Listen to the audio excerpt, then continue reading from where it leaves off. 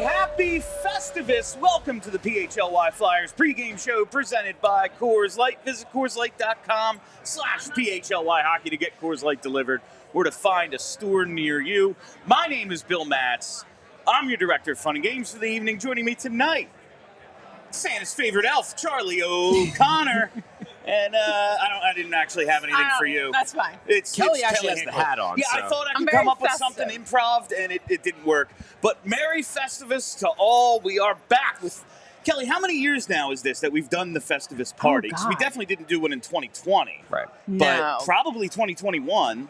I think we did one in 2019. We skipped 2020 because of obvious because reasons. Of that. But we did do a remote Festivus trivia night. We did. On Zoom. I feel like this has been a solid 6-7 years we've been doing Festivus. It's been a while. It's been a while. There you go. And this is a celebration of everyone who's been with us all this time.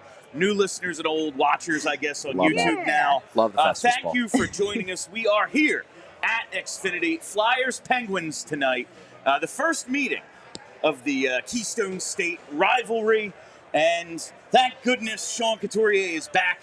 His personal reason for not being there isn't that he hates the coach and the team. No. None of that. His wife had a kid. Yeah. So he's a father again. We love that. He's back in the lineup tonight. And Sam Ersson is in net, I believe. He is. Indeed. And that's pretty much the lineup. Everything else remains what it's been for the most part, other than Saturday. I would guess. I do not know what the lines are. Obviously, I'm not in Pittsburgh, and I do not believe Jackie Spiegel, I think, is the only person who's in Pittsburgh on the beat. I don't believe she ever tweeted out the lines from morning skate, Not yet, and I don't think we've yet gotten them from pregame skate either. I know that John Tortorella did say after the game that he liked what he saw out of the the Tippett, Frost, Konechny trio. Okay. So it would not shock me. He said that after the game on Saturday. Put them together, I believe, in the third period. So it would not be surprised if that trio stays together for this one. But obviously, you got to get Couturier back in. So if you go with that trio, maybe you have Michkov back with Couturier, because I don't think he's going to do anything to adjust that Forrester, Cates, Brink line. No, that's because real yet good. again, another game where they were very strong on Saturday. Yeah, you can't break that lineup. It's kind of their best line. It's got something going right now. It really does. Yeah. No, it's been wild, and it's funny to see. I want to get to Michkov in a minute and like this little mini slump. And some people took Tortorella's comments about the power play today to be like, oh, well, it's on Mish. It's like, it's everyone, but he also hasn't been as good as he was. Sure, which is accurate. He was a point-a-game player, and now he hasn't scored. So, like, obviously, he's not as good. I didn't really think it was, like, that harsh of criticism. But I do find it very funny, like, for the first 2 months of the season, all we're saying, man, if they could just get Tippett to step up, Forster to step up, a couple of these guys to get going, they'd really have something. And look at that. One guy levels off in Matvei Michkov, and suddenly we have a couple other guys filling in. Now, it's not as if they've been winning a ton up until the other night, but this is kind of just the way it goes. And when you're so deep in it and doing it day by day, like, oh my God, Michkov's in a slump. Where are these other guys? Now they're hot. But this is just kind of the ebbs and flows of a season. This is the way it goes. The way she goes, would you say, Bill? The way she goes. Yeah, it is kind of annoying that the Flyers, I feel like it's like this with the Flyers, like the goaltending will get hot, then the scoring will dry up. Michkov stops scoring so Tippett can go off. Like, it's the third line gets good, but the first line is dead. Like, there's always there's never just everyone going at once. And that's a problem for every team in the history of every team. You know? But I only care about this Okay, one. I'm just saying that the thing is that every team wishes that everyone was going at the same time. I would like it's it. always some guys are cold, some guys are hot. It's just that some guys' version of being hot means they are scoring at, they have 10 points in 5 games, whereas other guys' version of being hot is, well, they have, 4 points in 6 games. And the Flyers have a few more of those guys and not enough of the guys who, when they get hot, they are game-changing players. You win because they're hot. Like, that's what's so both intriguing and frustrating about Owen Tippett is that he does have the ability to carry the team during his hot streaks. We saw on Saturday his ability to just carry the team to a win. Yes. He was the best player on the ice, scores the game-winning goal in overtime, sets up 2 Morgan Frost goals. He was fantastic. He was real good. But I get why people watch a game like that and they say to themselves, why isn't he like that all the time? Yeah. And that is the frustration with Owen Tippett is that you show it to us and then you keep it from us for a month. And then you show it to us again and you take it away for a month. Just do it every game, Owen. That's the frustration point with Owen Tippett. But when you see it on Saturday, you're like, that's why we're excited about it. Yeah. But I get that that's like the frustration, but also, and it, like the underlying point is, well, we need some of those guys who are good that 75 out of 82 games, you know? But those guys are named Nathan McKinnon. True. Like Owen Tippett, if he did that every game, would be Nathan McKinnon, and we'd be paying him $12 million, not 6.2. He should be Nathan McKinnon. Why doesn't he just do that? He should just be Nathan McKinnon. He just do that. Yeah. Just be a top 3 player in the league. It seems very straightforward and easy to me, Bill. Yeah, it seems like that. But we're solving problems tonight. We are solving problems. That's what Festivus is all about. And tonight's event, I got to tell you, it's sponsored by our friends at Rite Aid. Check out your local Rite Aid, whether you need to stock up on home goods, whether it's medicine for the season, you want to get vaccinated, check it out at Rite Aid. Go to riteaid.com, make appointments, do what you will. Thank you to Rite Aid for setting this up for us tonight. And Kelly Hinkle for making Festivus happen. Thank you very much as well. We already got a decent crowd here. Yeah, it's looking good. I was getting parked. I saw some people in jerseys coming in. Nice. I wondered because the Sixers are home tonight, right? Sixers are home, so that's going on like right across the street. Yes. Indeed. And there's Monday Night Football, so I was wondering what this would be. But good Flyers crowd. I see a Paul Coffey jersey back there. That's in the running for one of my favorite sweaters. You know what? I've already won my fantasy football playoff matchups. I don't need to care about Monday Night Football, Bill. I don't have to care about it. People still involved in fantasy. Get eliminated. Finish 12th. Oh, okay. That's what the cool kids do. Okay. Gotcha. I really think karma's hitting me because I won the championship 2 years ago. Solely in part because that DeMar Hamlin game just got stopped. Oh, right. And I was probably going to win, but I had one guy and my opponent had 2, and I didn't split the pot with him. I was like, I'm just taking it. Yeah. Sorry, I win. I'm the commissioner. Respect. And I finished last the last 2 years. I think this is... Okay. I know Charlie doesn't believe in it, but... I do. I think it might have something to do with it. It's coming for you. So, whatever. All right, michkov and the power play. All right, let's talk about. Now, that game the other night was awesome. I watched the end of it. I had my big annual Christmas blowout at my house. Game's on. We're all just like, it's on in the background, whatever. They're down. Things haven't been going great. All of a sudden, we look up, and we are engrossed in the end of this game, and overtime's great. Owen Tippett, obviously, with the huge night, the winner.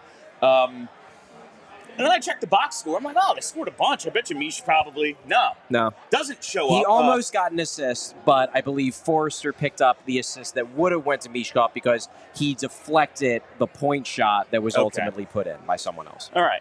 And today we get some comments from Tortorella, and it's really about the broader power play. And the only reason it felt almost like a backhanded compliment, but I don't think Torts meant it that way. Our power play has always sucked. We got Mish. It was great for a little bit. It was at least not great, but better. On the Flyers scale, it was like great. A little over 20%. It was good-ish. Based on the Flyers curve, it was great. And now Michkov isn't as awesome. Yeah. And so it's bad. And that's basically what he was saying. There are other issues, they don't have a point man. He pointed that out. Now, we're all looking for the guy who did this. I was going to say, maybe you could have a point man on the power play. Potentially. So many questions about these What comments. did you make of Tortorella's comments? So, John, if you can identify the problem, could you not perhaps follow it backwards to the source of said problem? Your friend and colleague, Rocky J. Thompson? I don't understand why... they were a weird set of comments because it was just the power play sucks. This is just a thing. What are we supposed to do about that? Can't do anything about the power play sucking. It just stinks.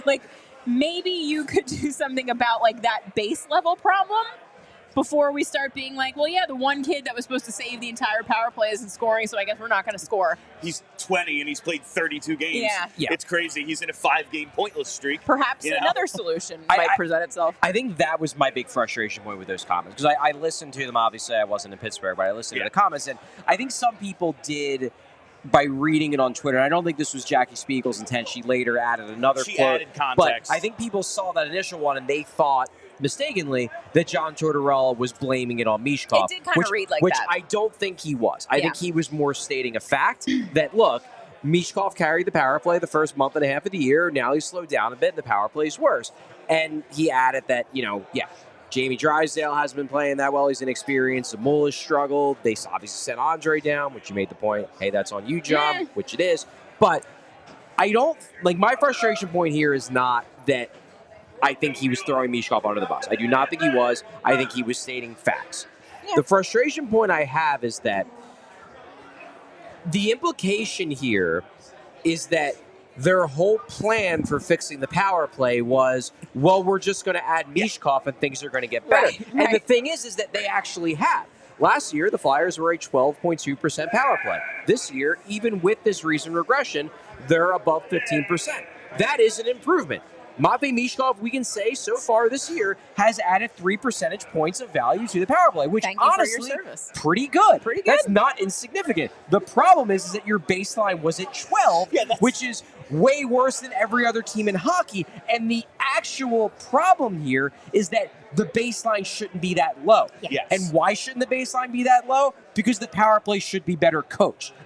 You're going to blame this on Jamie Drysdale, Yegor Zamula. No, it's not their fault. Could they be better? Sure. Could everyone in the power play be better? Sure. Yeah. But when everyone on a unit is bad, I'm just going to take a wild guess and say it's probably because of what they're being directed to do or what they're not being directed to do.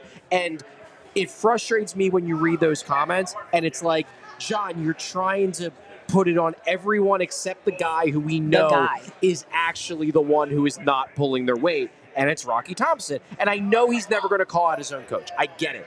But it doesn't make it any less frustrating from the outside when it's like, John, we all know what the problem is here. You have a power play coach who has not been good at his job for 2.5 years. I don't think you should blame any of the players specifically. Yegor Zamula, would he be running the Hershey Bears power play? No. Probably not. Jamie Drysdale, maybe one day, but the entire organization goes, he ain't there yet. He's not that yet. He's not. And you sent down Emil Andre. He was struggling on the power play. He looked good initially. And he had some flashes. That kind of leveled off a little bit. But I do think it's a personnel problem. When Sean Couturier, a couple of days away from 2025, is power play one center because you don't have anyone else who can win an ozone draw. All right, well, there's a lack of firepower there. You don't have any centers. You don't have a point man. I do think it's a personnel issue. It's not so much the guys they have as the guys they don't have, but Rocky Thompson is the common denominator here. It should be better. That's there's no my reason point. to be 12, 15%. It should be better. I'm not asking you to be, like we said all offseason, 25, 30. No, that's a pipe dream. Yeah, we know that they don't have the talent to do that. But be 20%. Yeah. Be 18, 19, 20. Just normal. Exactly. Be normal. And that's all we're asking. It's well, you're asking the Flyers to be normal. Well, that's impossible. I guess that's just another chapter in the how long is this going to just be ridiculous for? Forever. The answer is in infinity. Exactly. Lines. We do have some lines for you. So it's going to be Frost staying with Tippett and Konechny. Nice. I like that. Forster with Cates and Brink stays together. Coots with Mish and Farabee. That is interesting. All right. And Lawton Paling halfway. But I like that third line. I mean, that makes sense. If you're going to keep Tippett, Frost, Konechny together, and you're going to keep Forster, Cates, and Brink together, that's the only line that makes sense. If you're keeping the fourth line, which why wouldn't? Is this the first time all year Matvei Michkov has had a true left winger? Ooh. Oh, that's a good question. Yeah, it might be. I'm just curious, because I think he's played mostly with Tippett. There's that. He's been with I can't remember. I feel like there's. He really hasn't been with Farabee very much. No, I don't think it's been much. I feel like he's there's an opportunity for this line to pop off, honestly. I feel like the potential is there for that to be a pretty good line of Yeah. hockey players. I don't love. What don't you like, Charles? What I don't like about it is I just don't. The type of matchups Coots gets. The type of matchups Coots gets, Okay. and you have Michkov, who is like actively bad at defense because he just doesn't care about it, which is fine. Yeah. He's going to get better, I think, at least minimally over time, but he's never going to be a defensive stalwart. We know Right. that. And then Farabee is a guy who I had high expectations when he was drafted that he would be a real good two-way forward, but I feel like if he hasn't gotten there yet, he's not going to. So I just worry, like, are you going to put Couturier against Crosby? And if you're going to do that, does that mean that Michkov has to play against Crosby? Because that scares me. All right, that's fair. I want to see. I don't think it should be a 20-minute a night. You go out there and we're asking you to have all the responsibility of a veteran two-way player. But I do want him on the ice against guys like Sidney Crosby. Like, that's how you learn to be one of those guys, is competing against one of those guys. I worry a little bit about the rules. I wonder if they're going to use Cates against Crosby. Oh. We do know that in the past, sometimes Coots has been deployed against the other guy. Right. You know, it's been Indeed. Malkin sometimes, Yeah. so maybe that's the way they go. I'm interested to see how all that sets up tonight. And that brings us to our bet segment. Listen, this is the PHLY Flyers pregame show presented by Coors Light. This is Festivus, brought to you by our friends at Rite Aid. Hell And yeah. now, this pregame pick segment is brought to you by Bet365. Use code PHLY365 when you sign up. Whatever the moment, it's never ordinary at Bet365. Must be 21 or older. Physically located in Pennsylvania. If you or someone who knows a gambling problem wants help, call or text 1-800-GAMBLER. Got a pair of bets for you tonight. The first one, Matvei Michkov over 2.5 shots on goal at plus 140. Here's hoping. He hit this in 5 straight games, but then in the last 2, he's only got 3 total shots on goal. He got maybe a little called out by his coach today. I don't think it was anything major, but it did happen. It did. It's his first game against Sidney Crosby. I think he steps up tonight. Maybe he scores, maybe he has a few assists, but the shots on goal is what we're going to go with. He's going to be apparent tonight. I think he's going to make his presence known. And the other one, I mean, we talked about it. Sean Couturier. Being a parent. Hey-oh. Sean Couturier had his second kid, I believe. I believe it's his second kid, yeah. On Saturday. That's why he was out of the lineup for quote-unquote personal reasons. Now he is back. I hinted to the people in our Discord, I'm like, look, I know why. I've been told that, like, he doesn't want it revealed yet, which fair, because, I mean, as morbid as it sounds, like, if it doesn't go well, like, they kind of want their privacy. And you don't want there's a million reasons. Yeah. But I was like, don't worry, it's nothing bad, it's actually good, and I don't expect him to be out of the lineup for long. Did anyone think he was getting traded? I mean, it's Twitter, so maybe there were a few crazy people who did. But Anyway, we're going with the dad strength. We're going with new dad Sean Couturier, anytime goal. We know he's had some of the best games of his career against these Pittsburgh Penguins. I like it. I like it a lot. like it too. That was thrown at me by Kelly Hinkle right before we went live. Like, hey, we going with the dad strength? It's a good call. So, yeah, Oh, that makes a ton of sense. So the people blame me when their bets don't hit. I see how yeah. it is. Or they give you credit if they make a lot of money. That's true. Everyone It's a knows Festivus miracle. It's a Festivus miracle. Maybe I need a Festivus miracle, honestly, for If you some win of my bets hundreds of to start dollars, hitting. you have to give me tens of dollars. I actually I got a scratcher from a friend the other day and won $50. I've never won anything. I won 5 on a scratcher the other day. Nice. Look at us. Yeah, Festivus Miracle. Festivus Miracle. And that's, speaking of Festivus, that's what I really want to get to tonight. It is Flyers-Penguins, the Keystone State Rivalry. Yeah. Man, I miss when this was like a real Me thing. too. Like, it's still cool. Like, it's still... I still 'cause get up a little hate bit. them. Yeah. Like, I hate Sidney Crosby, and I always will. He's amazing against us. Mm-hmm. That's a grievance. Like, the way he has just absolutely freaking... And it's not just us. I mean, he's one of the best players of all time. 87 career regular season games. 55 goals, 74 assists for 129 points in 87 games. The funny thing is, I actually thought it was worse. Honestly, yeah, me too. I would Feels like it's worse. And like, listen, I wouldn't have been shocked if If he you would was have a told me 2-point per game yes, player. if you would have told me he had 87 goals in 87 games against the Flyers, I'd be like, yeah, Wouldn't that feels be right. surprised, yeah. And there have been, 4 playoff series? 08, 09, 12, and 18? Yeah. Where Yeah, 4. he's played us in, we're 1-3 in those series. Yeah, so 1-1. He's beaten the hell out of us over the years. How do you, after, what is this, year 19, year 20 out of the lockout, so he's been around this whole time. Yeah. How do you look at Crosby today? Like, is it that begrudging respect? Is it that FU thing? Like, how do you feel about Sidney Crosby? There's definitely begrudging respect at this point. I feel like he was very easy to hate when he came into the league because he was such a whiny crybaby brat of a player. So he made it real easy to form like a nice, strong hatred for him. And as he's matured, he's definitely gotten less annoying and seems like a genuinely nice dude. And he's really, really good. Really good at hockey. So it's hard not to have that kind of like begrudging respect. That said, I want them to destroy him every single time we play him. But I can tip my hat to the talent level. As the Big J journalist, Charlie, how do you look at Crosby and his domination of the Flyers over the last 20 or so years?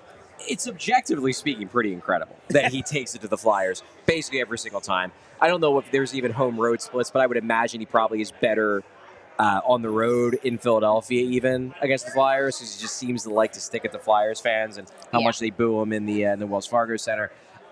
My view of Crosby is basically that you have to respect the fact that he's one of the best players of all time. Also, I agree with Kelly. I feel like any last bit of that, childish whininess, I think it kind of ended after the concussions. Yeah. I just feel like when he came back, when it looked like, oh God, his career might be ruined because of these concussions. I just feel like once he came back in like the mid 2010s, he was just a much more he was always an incredible hockey player, but he felt much more like an adult, just like all business. I'm here to dominate on the ice, and I'm not gonna bother myself with all this other crap. And then obviously they end up getting Sullivan to come in. They win the 2 straight cups. Right. That was all business Crosby, where you're just like, before you might be able to knock him off his game by giving him some cheap shots and whatever. By then, by the time he was ready to go on that 2-cup run, you weren't going to get into his head at all. He was just a cold-blooded assassin. And you got to respect a player who's just like, nah, you can do whatever you want to be after the whistle. I'll just score 3 goals against you. Yeah. Whatever. And then he does. Yeah. Those teams, and like he's the leader of those teams, he's the best player, so they kind of follow, but they were just so immature. Yeah, they were. You'd see it against the Fly, like that we talked about the other night at your birthday, the watch party. We were just talking about like Zach Ronaldo boarding Letang. Yeah. And they have a lead. The Penguins do, and then the rest of the game, they're just chasing Ronaldo around, and suddenly the Flyers win. He's like, well, just Mike Sullivan came in, and it was like, just have the puck and score. Stop doing that. You're so much. They're like third best players. Scott Hartnell, our third best player, is going to the Hall of Fame. Yeah. Like, stop this. Yeah. And they finally kind of got to it, but I think personally, for me at least, it is disrespectful of his legacy to give him any respect. To not hate him. He has terrorized us so much for me to just be like, tip of the cap, kid. Right. Like, no, fair. F you. All you've done is destroy my team for 20 years. Since I was in high school to now I'm 36, hosting a show about it. I hate him. Oh, yeah, I just hate him so damn much. I will say, he was whiny. He was that way, and I think he was immature. Questioning the toughness, I always felt was a little silly because, Darian Hatcher knocked him out in his first game against the Flyers. Sure. And then he came out and scored the winner. He did do that. I kind of have a visceral hatred toward Malkin Moore. Just because he's so dirty. I agree with that. I have much more trouble personally giving Malkin credit. And he is a Hall of Famer. I don't respect Malkin. But Malkin for really up until the last couple of years, and he might still do it. I just don't follow the Penguins that closely because they're kind of irrelevant at this point. They're not a true contender, so I don't watch them when I have free time because why? I've seen everything I need to see from that team. But he was a dirty player. Real dirty. He would there was that one time where he basically baseball swing raffle. Yes. Like wild stuff. Yeah. And what always annoyed me about Malkin was that the argument for why he was never getting punished for any of these things was because, he doesn't have a track record. And it's like, the only reason why he doesn't have a track record is because you never punish him for all the things he does. And it took until he was 32 before he had a suspension. I know. It's crazy. And you're just like, he's been doing this his entire career. It's just you guys have been looking the other way because he's Evgeny Malkin. And I always felt, look, you guys know one thing about me is that what ticks me off more than anything is when things seem unfair and unjust. And that always struck me as extremely unfair and unjust. That Malkin got away with murder and never got penalized for it. And that I think will always color my view of him, even though I acknowledge that he is a really, really good hockey player. You're 100% Obviously a Hall of correct. Famer. Before we get out of here, there is one super chat, but I want to do one thing first, because not only are we celebrating Festivus tonight, but we have a very special birthday for Ethan to recognize right here. A longtime fan and listener, and we just want to say thanks a lot for coming out tonight. Really appreciate it. Yay! Thank you very much. Yay! That's Ethan. That's He's great. in the Barriers. Yeah, it's happy birthday. So that's what we have going there. Let's check out that super chat, Brenner. What do we have here from Gary B? Gary B. I took Mish and TK to score and Flyers plus a goal and a half and Crosby to score for plus. Oh, that's one hell of a parlay on Bet365. You got to hedge sometimes. Got to hedge. I hope the Emotional Crosby hedge. leg makes me lose my bet. That's like sometimes in fantasy football, I bet on all my opponent's players to score. So I'm like, well, even if I lose, I win. I will get some money. Great. Yeah. Stradamus and I mean, coming in hot. It's not ridiculous to bet Crosby against the Flyers. Yeah, I mean, 55 goals in 87 games. I'm kind of surprised he's ever going to suit up against the Flyers again. I just assumed because he has such ridiculous, what is he? OCD, that like he's just going to get to 87 games against every team and then retire. Stop. It's just going to be like a tour to get to 87. I have to say, I would never respect anyone more than if you committed to a bit so hard that you got to 87 games against a team and you were like, healthy scratch me. Not playing I'm again. done. There's a grievance I have. Oh? His $8.7 million nonsense is just really anti-labor. Yes, I'm Yeah. ripping He yourself is Fair off, the point. guy. dummy. Fair He point. is the guy ripping himself off Yes. that makes all the Yeah. other players in the league go, I guess this is what you have to do to win. Bill, you make a And really good point. honestly, Yeah. the Not a union shouldn't. comrade. Like the union shouldn't allow it. Quite No, they honestly. shouldn't. But I agree with that. That's it. That's Sidney Crosby. We There's got a a lot of lot of problems with reasons to be aggrieved by him over these last 19 or so years. We'll probably see a few tonight, but I am hoping 19 it's years. been 19 insane. years. It's crazy. It's, I can literally remember watching him in the World Juniors at a diner in Toronto with my friend Genevieve, and we had a conversation about if we would trade Richards and Carter for Sidney Crosby Amazing. before he came into the league. I can remember that like it was yesterday, and evidently it was 20 or so years ago, which is absolutely insane to me. wild. What is time? And he's still like awesome. He's not the best player in the league anymore, but he's well over a point a game. Still But good. he's like top 20 He's probably. real good. Easily. Yeah. Like easily. Which is annoying. Knock it off. It's definitely very, very annoying. Do we have anything else to get to? Just because I didn't see much of that game on Saturday, Charlie. Yeah. I wanted to talk to you about it. Just 7 now third period comebacks for this team. I saw Jordan Hall tweet this. The Flyers have an NHL leading 7 third period comebacks this season They'd through like to make it 34 interesting. games. They had 4 last season, 3 the season before that. So in like the last 164 games, they had as many comebacks as they do this season. Why? Any reason for it? Like, Unsustainable. what is doing it? What is Unsustainable. unsustainable? Yeah, This is just, that's the answer. Like, it's fun. It feels really sustainable, And Charlie. they do have a mentality that kind of tells them, like, you know, we don't give up, we keep pushing. They obviously play hard, so that's part of it. But let's be honest here. There is no way. It's the same thing, the point I made a couple weeks ago about them having the fewest regulation wins in hockey. Like, it's not a sustainable way to keep winning. No. They're going to either have to start winning more games in regulation or they're going to start losing a lot of games. They have been losing a lot more games recently, so. You're going to get real tuckered out by the end of the season. How much do you attribute it to them just being terrible in the second period? That's part of Yeah, it. they play a great third because the second is like, damn, Dad's mad, and we're going to get mag skated tomorrow. Like, I think that's a big part of it, You're too. probably not Maybe. Like, wrong. oh, yeah, we Maybe, just gave up 3 breakaways in the second. We should not allow that to happen again. That's probably a part of it, too. But that is all the time we have for you on the PHLY Flyers pregame show presented by Coors Light. This is the Festivus party. That's brought to you by Rite Aid. Really thank our friends at Rite Aid and our friends at Broad Street Hockey for helping make Festivus happen here at Xfinity tonight. We're going to be hanging out, watching Flyers Penguins. We will be back with the post-game show as soon as this thing goes final. So tune in right here. Make sure you're following the YouTube page. Hit that like button, too. I'm told that's really good for us. So thumbs up us. I think everyone will appreciate that. Very much. All right, so. that's it. I think I did all the plugs and everything. Yeah, we did. Happy Festivus. Let's go Flyers. Yay! We all silly like the mayor.